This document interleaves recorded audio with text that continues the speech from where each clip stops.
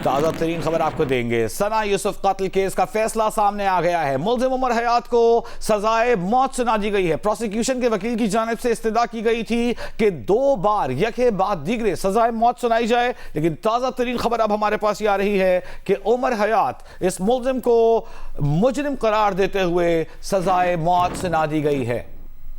अरफा फिरोज ज़की हमारे साथ मौजूद है। अरफा, प्रोसिक्यूशन की इस्तदा थी कि एक नहीं 2 बार सजाए मौत सुनाई जाए, क्या फैसला सुनाया है जज अज़ल मुजुका?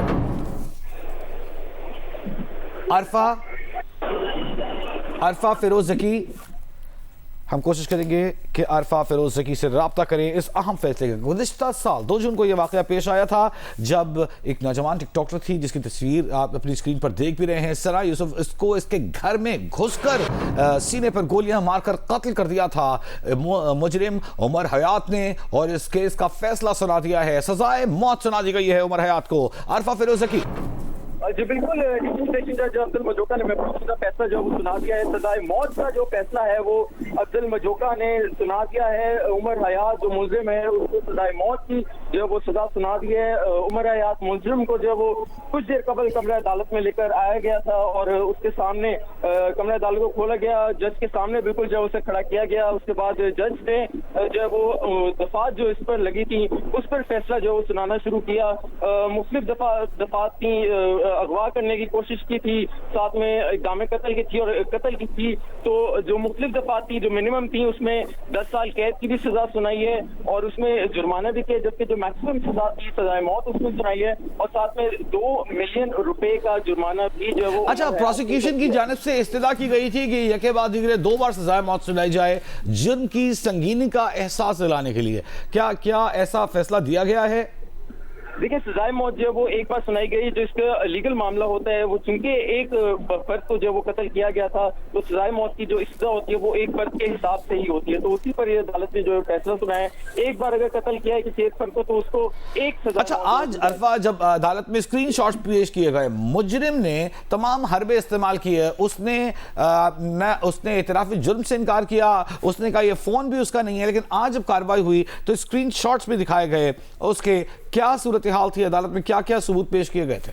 देखिए, जो प्रोसिक्यूशन की साइड से इस केस को बहुत ही अच्छे तरीके से जो वो इसको लड़ा गया था। प्रोसिक्यूटर जो राजा नबीद थे उन्होंने इस केस की प्रोसिक्यूशन की थी। तमाम जो शवाहिद थे वो भी अदालत में जमा कराए गए थे, जिसमें जो चैट थी मुलजिम और जो मकतूला जो थी वो भी दिखाई गई थी। उसके साथ साथ जो फिंगरप्रिंट थे फॉरेंसिक रिपोर्ट वो भी अदालत में जो जमा करवाई गई थी। लेकिन जो वकील मुलजिम थे, जो उमर हयात के वकील थे, उनका कंडक्ट जो है वो इस पूरे ट्रायल में काफी जो वो खराब था, क्योंकि जज के साथ बार बार जो वो तल्ख कलामी जो वो उनकी की गई थी।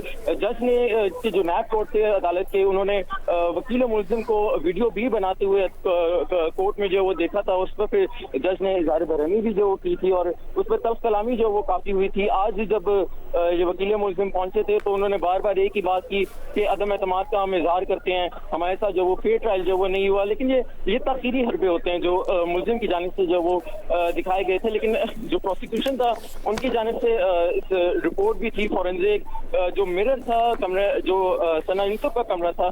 ठीक है, बहुत शुक्रिया अरफा फिरोज ज़की। 2 जून 2025 गुज़िश्ता साल ये वाक़या पेश आया था। 1 साल मुकम्मल होने में सिर्फ 13 दिन रह गए हैं। मुलजिम उमर हयात इन्फ्लुएंसर थी 17 साला सना यूसुफ, उसके घर में घुसा, उसकी सीढ़ियों से होता हुआ उसके कमरे में गया और उस पर सीधे फायर कर उसे कत्ल कर दिया था और वहां से फरार हो गया था। पुलिस ने तफ्तीश के बाद, फॉरेंसिक्स के बाद, डिजिटल फुटप्रिंट्स की मदद से मुलजिम उमर हयात को गिरफ्तार किया था और 1 साल मुकम्मल होने से कबल ही 20 लाख रुपए जुर्माना और सजाए मौत सुना दी गई है इस्लामाबाद की अदालत की जानिब से।